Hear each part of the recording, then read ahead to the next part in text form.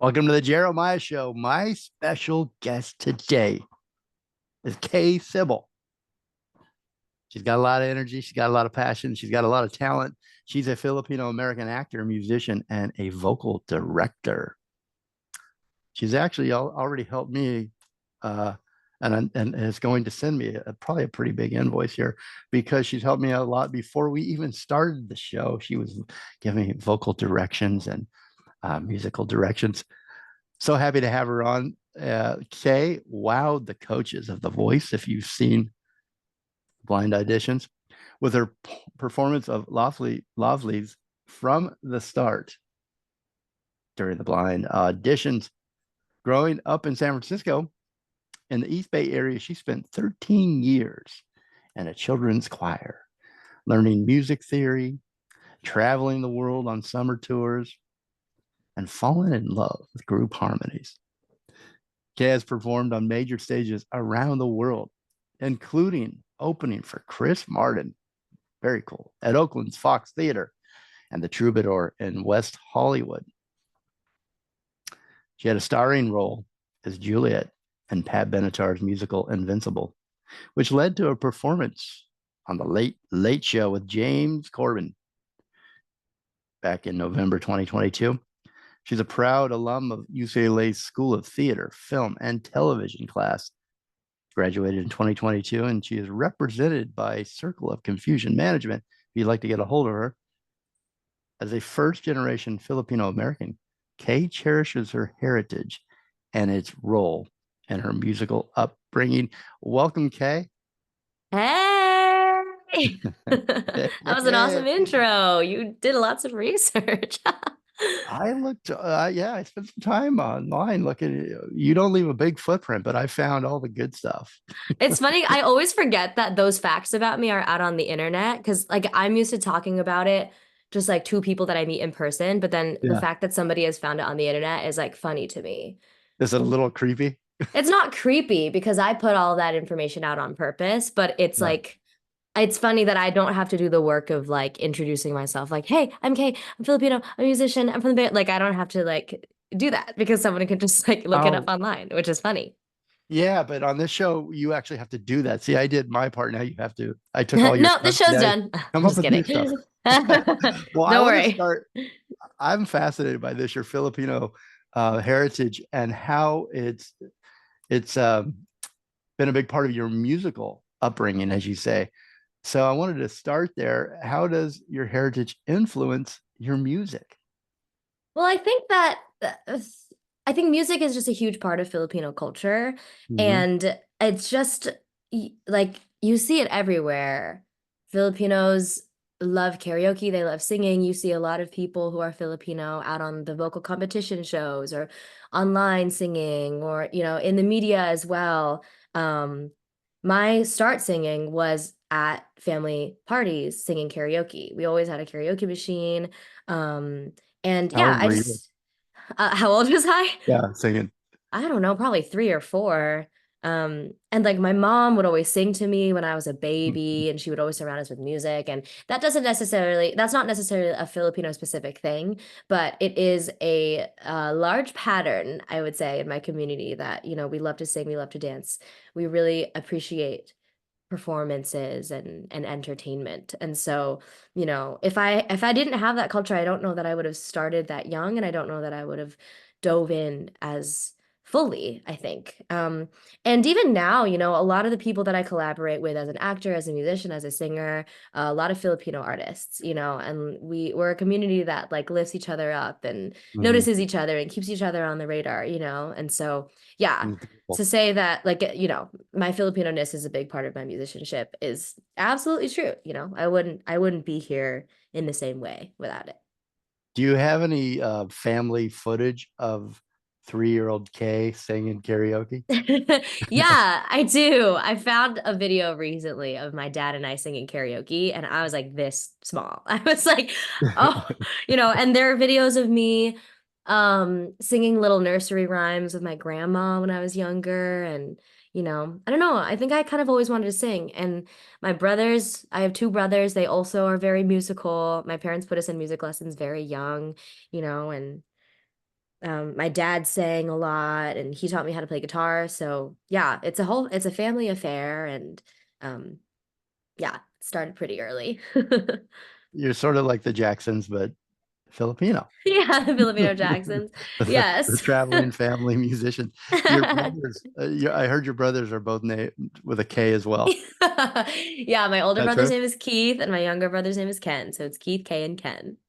So I'm Jeremiah, my sister's Jennifer, and my brother's Jamie. So I've got three Yeah. J's. I'm sure your parents were confusing your names all the time in the house. My mom still does. Yeah. She can never, especially when she's mad at us. She can't. She uses everybody's name but mine, and then she finally gets to mine. I have to remind her who she's talking to. Yeah. Oh, yeah. I'm always like, my parents signed themselves up for that trap. Yeah.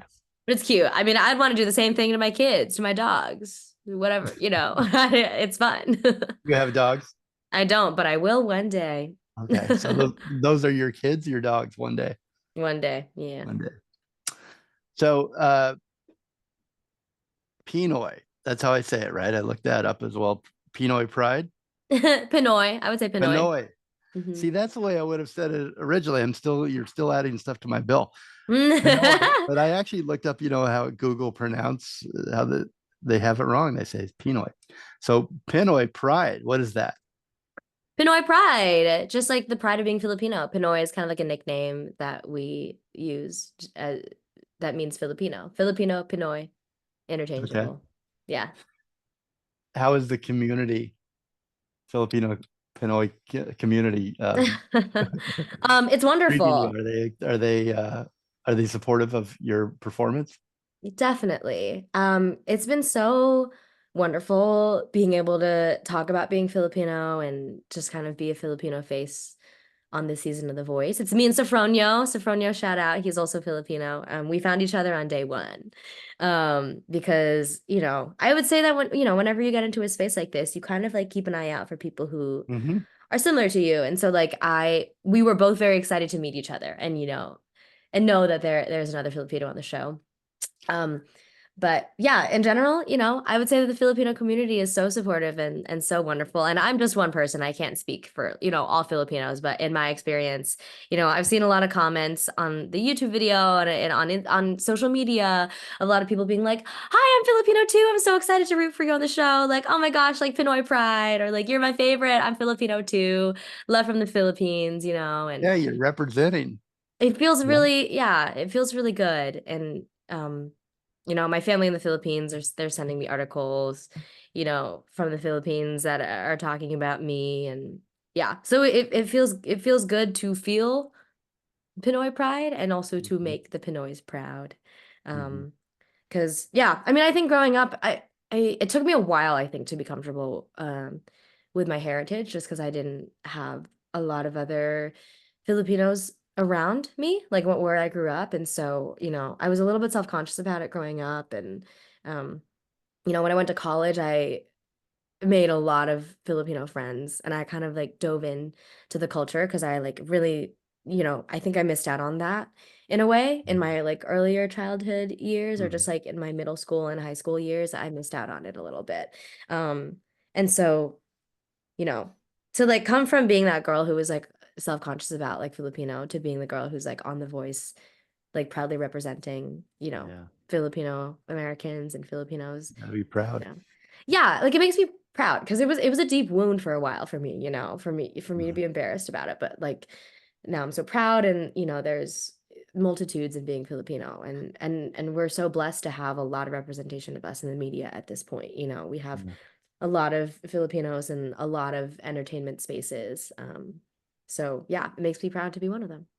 Was that just when you were a child, just that anything different at school, the school kids can be cruel, that, Yeah, being it's different in funny. any way was just Yeah, I uncomfortable guess for I you? just like it was just uncomfortable for me. I honestly didn't have that many like blatant acts of like kids bullying me or kids being that mean. Like I don't think that I could name a single moment. It's just that like I think something that really could have mattered to me a lot as a kid is like seeing other people who like looked like me and had a Mhm. similar culture to me. And I just kind of felt like I was always sticking out, and I was kind of always stressed about fitting in. And I'm sure, I think every kid experiences that, whether they are Filipino, whether they're not, whether they have a different culture from the kids around them. Like, I think that's a universal experience, but for me, it had to do with like having a different culture from everybody else. And so, um, it wasn't like, honestly, it wasn't blatantly cruel. I think it was just, I grew up with like stories in my head that like I Mhm. wasn't good enough or like I didn't fit in, and that, and so it took a lot, I think, to unlearn that, and something that really helped was making Filipino friends when I got to college. And even now after college, I like dove into the Asian American theater community in Los Angeles, and I ended up making a lot more friends, and I now have this girl group named called Girlhood, and it's me and three other Filipinas that I met in just like the LA musical theater scene, that I became friends with, and they matter so much to me as well. So yeah, I it's just so important. It's so important to surround yourself with your community. Yeah, and I'm sorry that you felt that way growing up, but time and years and experience gave you, it sounds like a really good perspective on your heritage and growing up. So did you, you guys lived up in the East Bay, right up in San Francisco. When did you move to Los Angeles? Did your parents move with you as well, or So I moved down from the Bay were you Area by to Los yourself? Angeles for college. So Okay. it was just me. My folks stayed up in the Bay Area, and my mom's still up there. So that's where that's home to visit. But now I'm a Los Angeles person. I realized that on the show, I only ever said that I was from Los Angeles. I don't think on TV I ever mentioned that I'm actually from the Bay Area. I don't think I like registered that I could say that I was from two places. Like, I'm Right. based in Los Angeles, and as an actor and a musician, I'm so used to saying that like I am from here because that's where I want to get work. But now I have a platform to say like I am proudly from the Bay Area originally.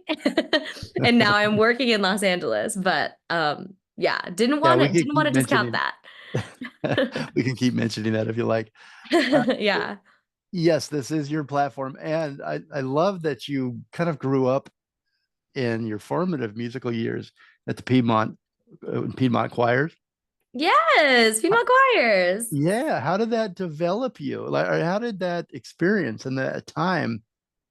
And the reason I ask is because I hear this over and over with music artists that they say, if you really want to be a great singer, go sing in a choir or go Mm-hmm. sing at church. That's the Mm-hmm. best training for a young artist. Do you agree with Mm-hmm. that? And how I did your 100% agree with that. Oh my goodness. I was so delighted when you mentioned Piedmont choirs because I love talking about Piedmont choirs. Yeah, they're a choir that I grew up in. My mom signed me up for choir when I was 6, and I didn't stop going to choir consistently until I graduated high school.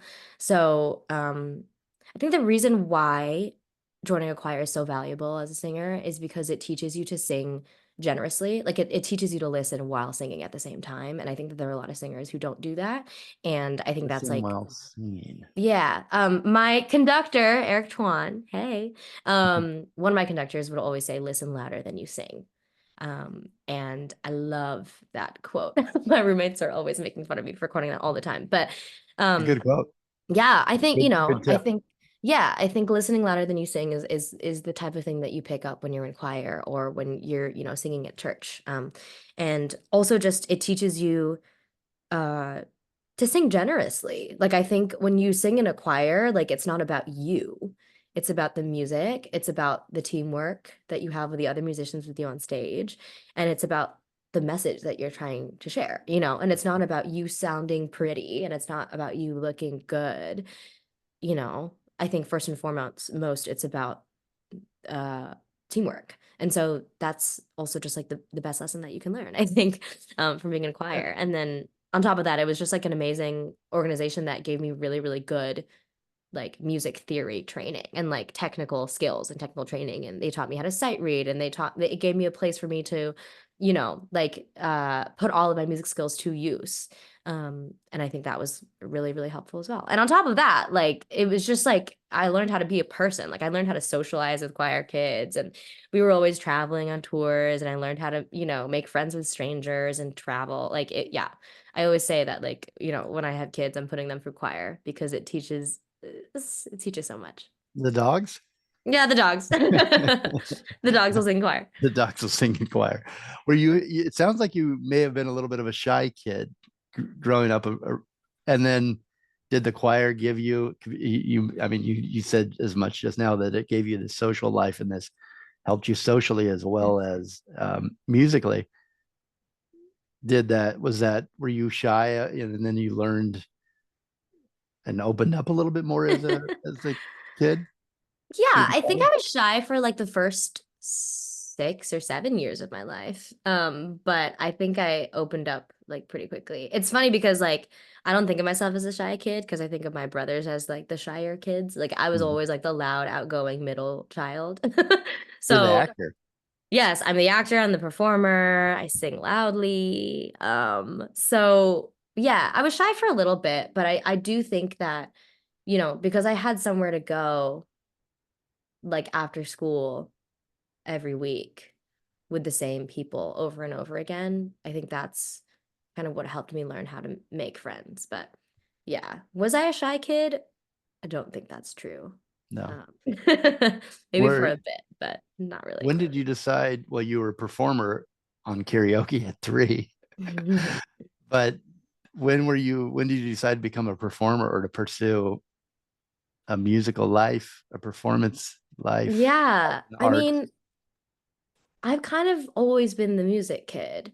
And so I kind of always saw myself pursuing music and performance in, you know, elementary school and middle school. I was always signing up for the talent shows, and you know, that was like my thing. I was just always performing. So I think in the back of my mind I always knew that I was going to do it in some capacity, but I think the moment that it got real for me to actually like make a decision was when I was applying to colleges.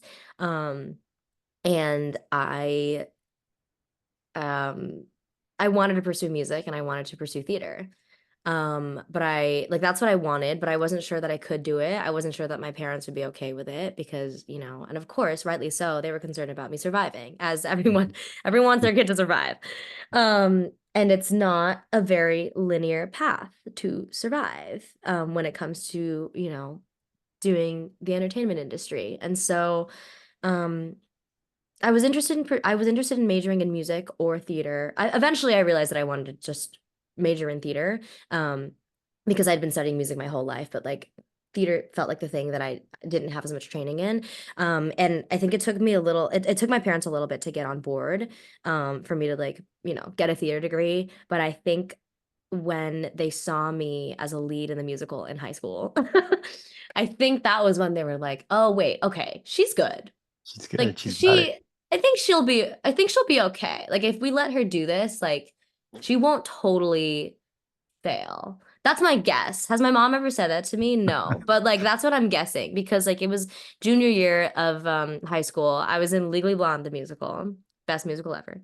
And that was around the time that I was also applying to colleges as well. And that was also around the time that I was starting to find my like passion for representation and like, you know, getting more people of color on stage and getting more people who look like me on stage and, you know, empowering other young people who look like me by, you know, increasing representation. So like it was just kind of I was in a moment where I was like, I'm really passionate about this. This is what I want to do for my whole life. Think I really do want to take that leap of faith. And so yeah, to answer your question, I think the moment that I really knew that I wanted to be a performer was around the time that I was applying for colleges. Um, and yeah, I Became haven't looked serious. back since. You haven't looked back, and you have accomplished so much with this being the latest. But and I'm going to go through your accomplishments with Oh. you, hopefully here. So you mentioned in an interview that I read that your parents wanted you to have this backup plan because they were, Mm-hmm. as you said, worried, you know, that they want you Mm-hmm. to survive. Did you Yeah. ever have one? or did you pretend to have one for to satisfy your parents? Well, I mean, I would say I don't know. Maybe other performers would disagree with me, but I think every single performer has a backup plan in the back of their mind. Like whether they actually pursue it or whether, whether they talk about it or whatever. But I think everybody, it's such a volatile industry that like you kind of always know, like, okay, if I don't book this, then I'll just do this. Like you're just kind of always gonna land a backup plans. So my backup plan was going to be teaching. I have worked as a private music teacher like since Mhm. I was in high school. Like over the summers, I would like teach the kids in my neighborhood, and I worked at some music schools during my time. And like, it was something that I really loved doing. Um, and so, and my, you know, definitely made my parents happy to know that I like was capable of making my own money by doing music. And they're like, oh, sick. Okay. She can do that. Like, So your we have backup to worry plan less. was basic, but it was still something that you love. It's what you've studied, what you've practiced, what you've lived. Yeah, So definitely. teaching others as a vocal coach and others. Um, Right.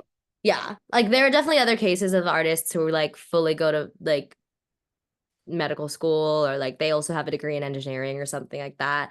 I didn't go that hard. I didn't go that hard. I feel like also if you say this is what I'm doing and you just do it. It's that old, the Nike great logo, great slogan. Yeah. Just do it. You can do it. I mean, I Hmm. see musicians that maybe they're not going to be the biggest stars in the world, but they're out there busking, or they're out there performing at a hotel lobby, or they are on tour with somebody, or they're a session musician, Hmm. or in sync, or theater. There's so many. If this is what you want to be, and would you agree with this, that if this is what you live for, you get up for every day, and if you imagined it being taken away from you, you couldn't imagine living. If you feel that way, do it, right? Do you agree with Yeah. that? I mean, you're an example of that, is what I feel like. That's why. Yeah, I mean, I do agree. I also think it's so fair to weigh out the risk and weigh out the options, and I think different artists and different people have different privileges and different safety nets, and I had the privilege of being supported by my parents, throughout school and like, throughout sometimes when I need help like in adult life as well, like I was in a position to take that risk because I was privileged enough to have a safety net. And I think it's so fair for people to like, look at the path that like makes the most sense for them. But in general, I think that everybody is capable of pursuing it in some way, And also what you were talking about kind of reminded me of something that someone once said to me, which is like people always underestimate, no, people always overestimate what they can accomplish in a year, but they always underestimate what they can accomplish in 5 years. And what that means to me is like, I think a lot of people enter like an entertainment career with the assumption that they're gonna be able to make it like after a year. And if they don't have certain accolades after a year, then they're like, well, I tried for a year, like, and Yeah. I didn't make it. But Mm. Yeah. I think what a lot of people don't understand is that like all the greats and all the people that we respect in the industry like started off really slow. Like it takes so much time to to like build your success and your traction. I also always think about this quote that Sabrina Carpenter once said at an acceptance speech where she was talking about how her mom would always compare her to the tortoise and the hare and how she was the tortoise and not the hare. And I always think about that too, because I think, if you really, really want to be a performer, like you have to be as patient as a tortoise because like you start out slow and then like, I think it grows exponentially, but like it truly looks like nothing at the very beginning. So yeah, I think it takes a lot of passion, drive, privilege, and like patience. Yeah. Yeah. And okay, you added, I was thinking of it as you can just do it. You're doing it. You're an example of that, of somebody just doing it and making it work and living the dream that you pursued and decided to pursue late, when you went to college. But I loved that you followed that up with, consider the path, consider what you have available to you, and make a smart decision for you. I like that advice. I think that's very wise. You are a wise soul, my friend. Uh, Well, my special guest today with lots of good advice, Kay Sibal. Team Gwen. MVC's The Voice, season 26. Mondays and Tuesdays, 8, 7 Central on NBC and streaming the next day on Peacock. You can find The Voice on Instagram at NBC The Voice. You can find Kay Sibal also on Instagram. You can find her a lot of places here. I'm going to give out her Instagram right now. It's Kay Sibal, KAYSIBAL. That's on Instagram. On Spotify, you can find her at Kay Sibal as well. On TikTok, Musicay, so MUSIKAY. And I think this is a website of yours, ksib.weebly.com. Mm-hmm. You can contact Kay through there. So you're still doing music services, right, Kay? You found that page. I Yeah. found all the pages, I think. I love Can to. I give I that mean, I out? love. Are you for hire? Can I give that information out? Sure. All right. So you want to hire Kay for her music services, support the artist. She does sheet music preparation, arrangements, medley mashups, group vocals, reductions, and expansions. Have no idea what those last two are, but they sound cool. Transcription, creating music from audio recordings, demos, and handwritten scores. Accompaniment tracks, music direction, workshops, maximizing pieces in a choir, group singing, or a cappella rehearsal. You can email Kay. Can I give out your email? Sure. Okay. Why stop now? KAYGSIBAL@gmail.com. Kay Sibal is my special guest today. Again, Team Gwen, NBC's The Voice, season 26. Check her out. We will be right back with more Kay Sibal. Don't go anywhere.